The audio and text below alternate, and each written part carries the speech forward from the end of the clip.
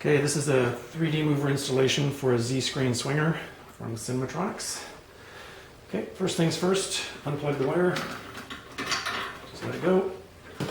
Next, we're going to remove the screen. Put it someplace safe. Next, we're going to remove the thumb screw and the iron ring. Okay.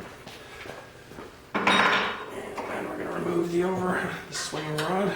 Okay.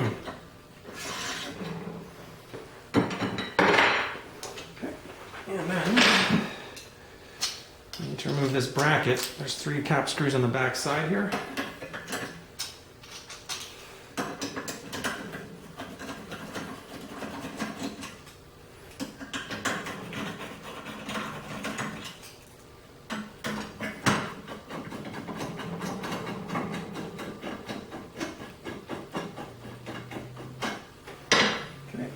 Take this bracket, the slides in it, you'll notice it's actually got a groove cut into it. That groove fits along this edge, and then the 3 screw holes should line up perfectly. And your cap screws go back in and back into the bracket where they came from.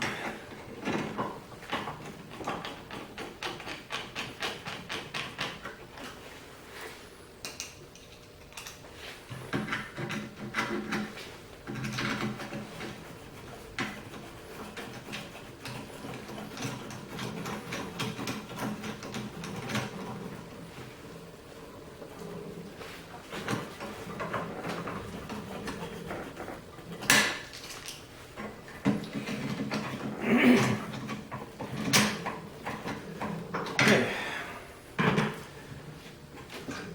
Next, we have to mount this new plastic bracket onto the swinging rod.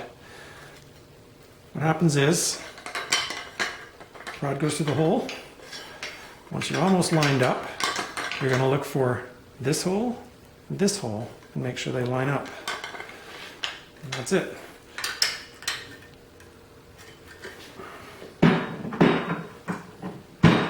Okay.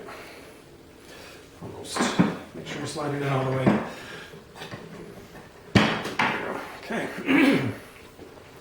Now we'll remount the rod. Okay. Next, we're going to mount the back end bracket for the actuator.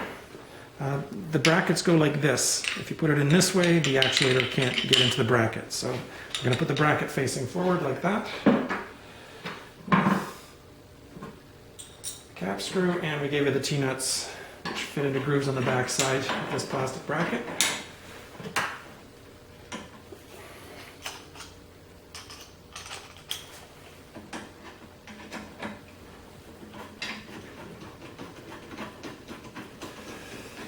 Okay, the front one,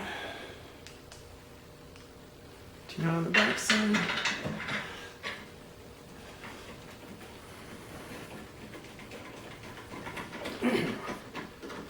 Okay, now don't snug them down, allow this bracket to slide.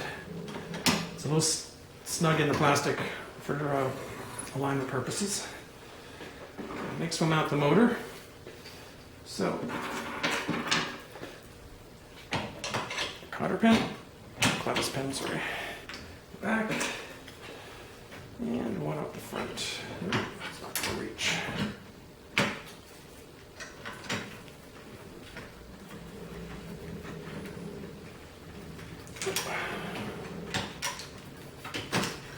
Okay. Now at this point we'll apply power to the actuator to extend it because we want this thing to swing out to its 3D position. So we haven't got it wired up yet, but what we'll do is we'll take our control box. We're going to plug in the motor to the control box, the green Phoenix connector, and then we're going to apply power. As soon as we apply power, the mover goes through a cycle. It goes to 3D, comes back to 2D. So the first thing it'll do is extend. Once it's extended, I want to pull power from the box, because now I'm going to do the alignment. So at this point, we can drop our screen back into place.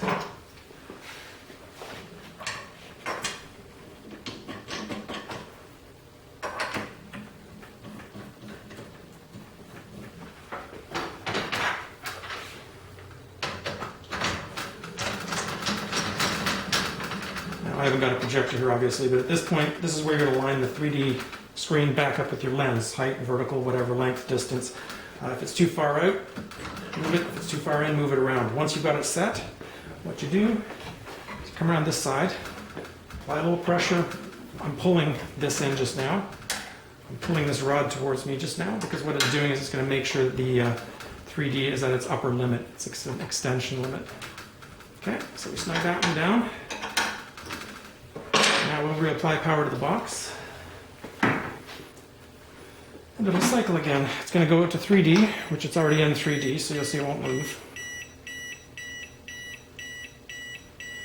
And then in a second it's going to go back to 2D, which we'll be able to see it go into the refracted position.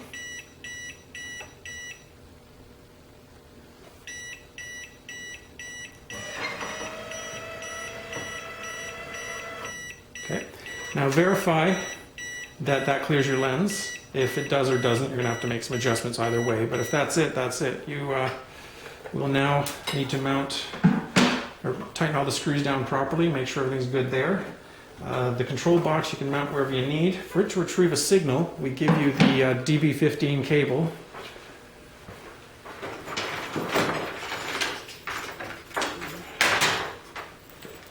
What you're going to do is the cable I gave you, or we gave you, is going to go plugged into this box and back into your 3D port on your projector, and that'll give you 3D.